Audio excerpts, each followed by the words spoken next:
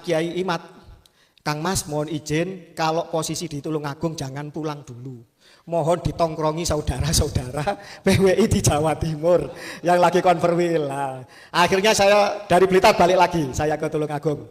Dan alhamdulillah saya sebagai inisiator, ya Bung Ken, inisiator juga salah satu deklarator dan provokator. Orator ketika deklarasi di Cilacap pendirian PWI Laskar Sabilillah dan juga menjadi anggota Dewan Kehormatan PWI Laskar Sabilillah, bisa bermuwajahah dumateng panjenengan sedanten, dan ini kehormatan, kemuliaan bagi saya, dan saya sungguh merasa tidak pantas ada di podium yang sangat mulia ini. Judulnya konferensi luar biasa, berarti ada kejadian yang luar biasa. Dibutuhkan orang-orang yang bermental luar biasa untuk hadir di forum hari ini.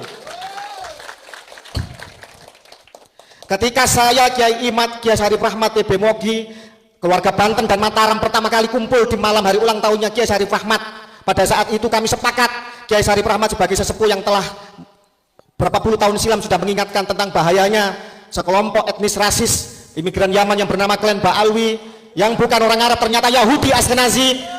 Kiai Syarif Rahmat menyumpah kami, saya Kiai Imat dan seterusnya disumpah, siapa yang takut mati keluar dari barisan. Pada malam hari itu kami bersumpah akan mewakafkan jiwa dan raga kami untuk Nusantara tercinta, untuk kesucian Kanjeng Nabi Muhammad SAW, dan untuk kemuliaan Nusantara kita. Jadi barang siapa yang menjadi penumpang gelap bagi perjuangan ini, saya yakin wallahi wa rasul, dia akan disingkirkan oleh sejarah. Dia akan berhadapan dengan Allah, dengan Rasulullah, dengan Kanjeng Para Sunan dan seluruh leluhur Nusantara. Jadi jangan main-main saudara-saudara sekalian untuk menjadi penumpang gelap yang ingin memanfaatkan perjuangan kita.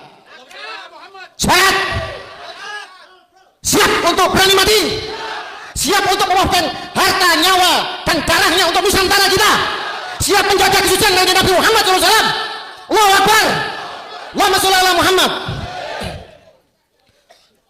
Sumpah kami ini adalah sumpah suci, sehingga kami siap untuk miskin bersama. Tanyakan kepada semua orang, ngundang Gus Fakih itu gratis saudara-saudara sekalian. Tanya Gus Rijal ini, saya di podium ngomong undang Gus Fakih gratis, akhirnya juga gratis temenan. Baik. Tanyakan ke Kiai Parsono di Pitutur Luhur Karanganyar, ngundang Gus Fakih gratis, akhirnya mulai numpak kereta ekonomi. Ya itu aja. Tapi tidak apa-apa. Kemuliaan terbesar seorang pejuang adalah ketika ideologinya tersampaikan kepada seluruh banyak manusia, ketika dirinya dan komitmen dirinya itu menjadi suatu sumbangsi besar bagi tanah air dan bangsa dan negaranya. Percuma teriak hubul waton, ceramah diundang, main tarif, apalagi ngadakan acara ternyata ngentit atau bati. Naudzubillah min dzalik.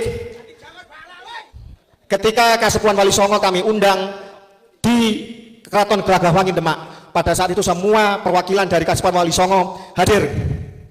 Tengku Kori masih bersama kita ya, walaupun akhirnya dolalah. Tapi nggak apa-apa, kita bersyukur ada penyusup penumpang gelap yang tidak bermutu keluar dari barisan. Disepakati sebuah organisasi perjuangan untuk mengangkat marwah Nusantara, memperjuangkan marwah leluhur Nusantara, termasuk nasab Wali Songo yang dinistakan, yang dibilang terputus batil oleh mereka-mereka yang rasis itu. Dan disepakati pula bahwa memilih seorang panglima yang kami anggap paling hebat, paling berkarisma, paling luar biasa, tidak saja secara sanad, juga nasabnya sudah teruji di bumi Nusantara, yaitu adalah Kiai Abbas Buntet. Selamat datang saudaraku. Di dalam organisasi PMII beliau junior saya, tapi dalam urusan ini beliau guru saya karena saya sadar dari keluarga Ali Idrisi. Monggo silakan, saya Zulfikar. Allahumma sholli ala Muhammad. Allahumma sholli. Salatullah salamullah ala taha rasulillah. Salatullah salamullah ala yasin habibillah. Alhamdulillah sakit kerawuhan saudara kita seperjuangan yang selalu viral, yang wajah tampannya dan suara merdunya seorang kori internasional, seorang sayyid asli pakai swat, yang terisbat oleh seluruh narkoba seluruh dunia, Bukan kaleng-kaleng ngaku cucu Nabi, ngaku dari Yaman, leluhurnya dari Irak, tapi kosong pengakuan dari Yaman dan Irak. Yaitu abal-abal itu, sebentar lagi rungkat pasti itu. Sayyid Zulfikar Al-Idrisi As-Syaibani Al-Hasani bersama putranya calon pemimpin masa depan nanti, Sayyid Haidar. Aplaus untuk beliau berdua. Keluarga Al-Idrisi ini, para derek, para sedulur sedanten, adalah yang memberikan pencerahan pertama kepada seluruh Nusantara ini, karena mereka lah yang pertama kali nyambung dengan nakobah internasional. Dari situ kemudian kita mendapatkan data-data, kitab, kesaksian sejarah, isbat dan lain sebagainya bahwa klan Ba'alwi Yahudi ini bukan zuriyah Nabi Muhammad SAW. Dari mereka juga kitab-kitab nasab mengalir ke Nusantara, dan sebagian kemudian dikolaborasikan oleh Kiai Imaduddin Utsman untuk menulis sebuah risalah, sebenarnya bukan tesis, antitesis. Karena Ba'alwi ngaku cucu Nabi, maka sanggahannya dinamakan antitesis. Itu antitesis oleh Kiai Haji Imaduddin Utsman. Sebagian kitab-kitabnya adalah dari keluarga Al-Idrisi. Tapi orangnya kalau yang asli-asli gini kan tidak sombong, tawaduk, ya ini diem, ya santun, tidak pernah membanggakan nasab, tidak pernah jual nasab, termasuk tidak pernah mengais-ngais apem pribumi. Karena mereka juga pribumi, karena mereka ratusan tahun sudah tinggal di Nusantara, saling menikah, tidak ada rasis, putri-putri mereka juga dinikah oleh pribumi. Jadi mereka melebur menjadi pribumi. Non pribumi ketika mereka memurnikan, tidak mau bercampur darahnya, tetap membawa supremasi rasnya, itu namanya rasis. Mereka masih non pribumi. Kalau pribumi, walaupun Sayyid asli Al-Husaini, Al-Hasani, dari Wali Songo hingga sekarang, karena melebur dengan pribumi maka mereka menjadi pribumi. Jadi begitu. Tidak ada lagi Al-Idrisi, Al-Jawi sebenarnya, Al-Jawi Al-Hasani ya. Baik, kemudian setelah pertemuan di Gelagawangi itu dipilihlah, disepakatilah seorang pemimpin besar, keturunan dari pemimpin besar, Panglima berani mati Laskar Hizbullah pada peristiwa 10 November yang sangat bersejarah, di mana Inggris sebagai pemenang Perang Dunia Kedua tidak pernah kehilangan satu jenderal pun di dalam perkancah pertemuan Eropa, Afrika maupun Asia. Tiba-tiba harus tersentak malu sepanjang zaman ketika dua jenderalnya wafat dan gugur di Surabaya. Siapakah waktu itu menjadi panglima besarnya? Adalah kakeknya Gus Abbas Buntet, ketua umum kita. Aplaus untuk Kiai Abbas. Semoga beliau dan seluruh semangatnya, barokahnya mengalir kepada kita semua, keberaniannya dan juga daya juang itu menjadikan PWI Laskar Sabilillah kita menjadi yang terdepan, terhebat, terpercaya untuk mengawal Nusantara kita. Tetapi namanya organisasi itu ada tumbuh berkembang, ada kemudian juga menuju proses pendewasaan dan kesempurnaan. NU yang sudah 1 abad ini pada proses sudah stabil dan sangat dewasa. Tetapi PWI Laskar Sabilillah yang di umurnya baru 2 tahun ini itu masih dalam taraf tumbuh dan berkembang. Jadi tidak heran kalau ada gejolak-gejolak atau ada penumpang gelap dan lain sebagainya, itu biasa. Tetapi yakinlah dengan niat yang suci, pada saat itu diamini oleh Kasepuhan Wali Songo dan juga difatihai oleh banyak kiai-kiai sepuh pada saat itu sebagai muassis PWILS. Yakinlah siapa saja yang mencoba main-main menjadi penumpang gelap di dalam PWILS pasti akan terpelanting dan akan terhinakan. Tepuk tangan. Saudara-saudara sekalian, saya berasal dari Pasuruan. Tidak ada Pasuruan yang hadir ya. Nanti ada satu nanti yang hadir, masih dalam perjalanan. Itu pun karena meminta restu kepada Kasepuhan. Baru setelah Kasepuhannya saling berkoordinasi, baru boleh hadir. Oh iya, Al-Idrisi dari Pasuruan. Datuknya juga dari Pasuruan, Said Abdurrahim, Skoropuro, Pasuruan. Oke, siap. Mohon izin, mohon maaf, Adinda. Tapi tidak mengapa, karena memang kondisi di Pasuruan, tempat Fir'aunnya itu di sana. Di sana juga konfliknya sangat tinggi, sehingga harus berhati-hati. Bagaimanapun, mohon maaf, mohon izin, konferensi luar biasa ini diadakan untuk mengganti Ketua PW Jawa Timur. Benar kan? Gus Jami. Gus Jami adalah sahabat saya. Sampai kapanpun akan selalu menjadi sahabat saya. Ini dicatat. Siapa yang akan menghinakan beliau akan berhadapan dengan saya. Gus Jami adalah saudara kita seperjuangan. Saya ada screenshotnya, ada pesan suara kepada beliau. Saya melakukan pendekatan pribadi kepada beliau. Seandainya beliau memang tidak cocok atau tidak sanggup atau merasa kemudian perjuangan di PWI terlalu berat atau kemudian kurang pas bagi perjuangan beliau, saya yakin beliau adalah seorang pejuang yang hebat yang akan tetap bernarasi berjuang sefrekuensi dengan kita walaupun tidak di perahu yang sama. Ayo monggo, mari kita semua melaksanakan apa yang jadi titah dari leluhur kita. Mikul dhuwur mendem jero. Kita ingat kebaikannya, kita tutup keburukannya. Seandainya ada masalah pribadi, kita selesaikan secara pribadi. Seandainya masalah pribadi tidak bisa diselesaikan, maka terpaksa jalan terbaik dalam konteks negara hukum adalah diselesaikan dengan hukum. Tapi saya yakin sebagai saudara, mari kita selesaikan tabayun dengan sebaik-baiknya.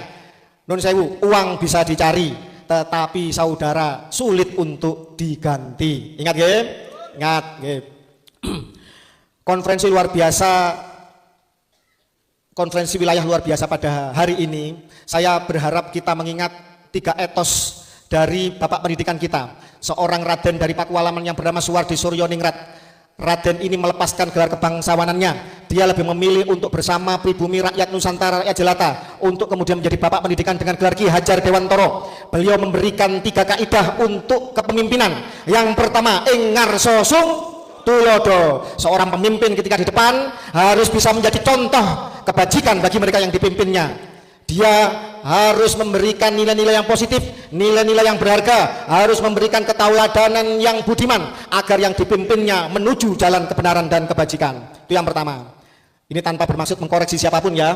Kita kaidah umum. Tidak juga untuk menyindir Gus Jami, bukan. Saya hadir di sini sebagai sahabatnya beliau dan kita mengajak semuanya islah secara persaudaraan setulus-tulusnya. Dari hati nurani sebagai sesama pribumi pejuang Nusantara. Beliau juga pejuang yang lantang di media sosial sebelum gabung ke PWI. Mari kita hormati, kita hargai itu. Perkara tidak cocok lagi di PWI, mari kita tetap bertegur sapa, bersahabat dengan baik sebagai sama saudara. Sepakat? Yang kedua, pemimpin harus ing madya mangun karso. Ketika dia di tengah-tengah mereka-mereka yang dipimpinnya, dia harus membangun karsa. Dia harus siap hadir di seluruh penjuru relung sanubari, tempat wilayah semua mereka yang dipimpinnya. Berani memegang Tulungagung, maka harus siap untuk hadir di semua penjuru Tulungagung. Berani memimpin Jawa Timur, maka dia harus siap untuk hadir di seluruh penjuru Jawa Timur. Ini pesan kepada Ketua PWI LS Jawa Timur yang akan datang. Jangan main-main dan harus dengan sumpah setia, harus siap hadir dimanapun dibutuhkan. Ketika PWI LS seluruh Jawa Timur nanti membutuhkan kehadirannya, jangan ada alasan gak duwe-duwe atau ake utange atau gak disangoni. Ini bukan mental pejuang. Pejuang selalu punya solusi, semangat. Tapi pecundang selalu punya alasan. Ingat, jangan sampai kemudian nanti mereka-mereka yang memimpin PWI Jawa Timur bermental tempe, bermental materialisme, bermental pedagang. Ini organisasi ideologis, organisasi pejuang. Nah, kelak ditagih nanti di akhirat apa yang menjadi pertanggungjawabannya kepemimpinannya di dalam PWI LS, termasuk Gus Abbas sekalipun dan Bung Sekjen, nanti akan saya tagih di akhirat kalau kemudian tidak benar. Mohon maaf, tapi saya yakin ini Sekjen terbaik, Gus Abbas juga ketum terbaik hingga saat ini, dan saya yakin keduanya akan menjadi pemimpin besar nanti, tercatat dalam sejarah Nusantara, saya yakin. Yang terakhir, sebelum saya sudahi, bahwa seorang pemimpin itu harus memiliki suatu kaidah tutwuri handa. Yani pemimpin harus siap untuk kadang-kadang di belakang. Kanjeng Nabi Muhammad SAW adalah pemimpin besar dalam bidang agama, politik, ekonomi, dan seluruh dimensi bagi umat yang dipimpinnya. Tetapi ketika menang perang, pampasan perang, istri-istri Rasul itu sampai kemudian memboikot Kanjeng Nabi karena apa? Istri-istrinya sahabat dapat emas, dapat gelang on-onan. Rasulullah hanya dapat gelang tembaga istri-istrinya. Sehingga Rasulullah, pemimpin besar kita, memberi tauladan. Seorang pemimpin kalau ada rezeki, dia di belakang. Yang dipimpin harus menikmati dahulu. Ketika perang, Rasul ada di barisan paling depan. Jangan dibalik, kalau pas perang sembunyi, kalau pas bagi-bagi rezeki, royoan di depan. Ini namanya pemimpin bangsat, ngerti? Kalau ada nanti di PWI sprint bangsat, saudara-saudara sekalian. Gak main-main ini. Karena apa? Saya begini, nun sewu, tanpa mengglorifikasi nasab. Saya bersumpah bermubahalah, saya mimpi Kanjeng Nabi, saya bersalaman memeluk beliau. Beliau marah dengan adanya kejadian di Nusantara ini ketika cucunya yang asli Bani Wali Songo, Al Idrisi dan lain-lain itu dinistakan, dipalsukan oleh mereka-mereka yang bukan cucu Nabi. Bahkan mereka adalah Yahudi yang selalu membuat kerusuhan. Tadi malam sudah saya bahas, Haplogrup membuat kerusuhan dari berabad-abad silam hingga saat ini menyusup di bumi Nusantara membuat kerusakan. Wajib bagi kita untuk tidak berhusnudzon lagi. Setelah kemudian banyak bayinah, banyak bukti, mereka yang masih berhusnudzon adalah hukumnya haram. Mereka yang mencoba netral, mereka adalah bagian dari penindas. Karena dalam situasi penindasan, siapa yang netral, siapa yang tidak mau mengambil sikap adalah bagian dari penindas itu sendiri, saudara-saudara sekalian. Kiai Huda masih kerabat saya, tuan rumah kita. Kakak ipar beliau satu bani dengan saya. Kemarin kami bereuni, keluarganya dari saudara saya tidak hadir. Ternyata terjawab. Masih menjadi muhibbin. Beliau adalah putra tertua dari ayahnya. Seharusnya menjadi putra mahkota itu di dalam kultur kepesantrenan kalau di daerah Jawa Timur bagian utara hingga Madura. Tetapi beliau digembok. Sulit untuk masuk bahkan keluar. Tapi tidak apa-apa. Beliau sebagai putra tertua menunjukkan sebagai putra ideologis bukan putra biologis. Dan saya bangga adik ipar Kiai Darori ternyata seorang pejuang tangguh di Tulungagung. Saya yakin dengan adanya beliau Tulungagung akan selalu menyala di depan untuk menjadi pemimpin perjuangan perdagangan di Nusantara kita ini. Siapa kita? Iyalah. Pemimpin harus siap di belakang, harus siap tidak populer, harus siap tidak kaya, harus siap berkorban, harus siap tekor. Kalau tidak siap, jangan coba-coba mengajukan diri menjadi pemimpin. Semangat! Baik, terima kasih. Wassalamualaikum warahmatullahi wabarakatuh.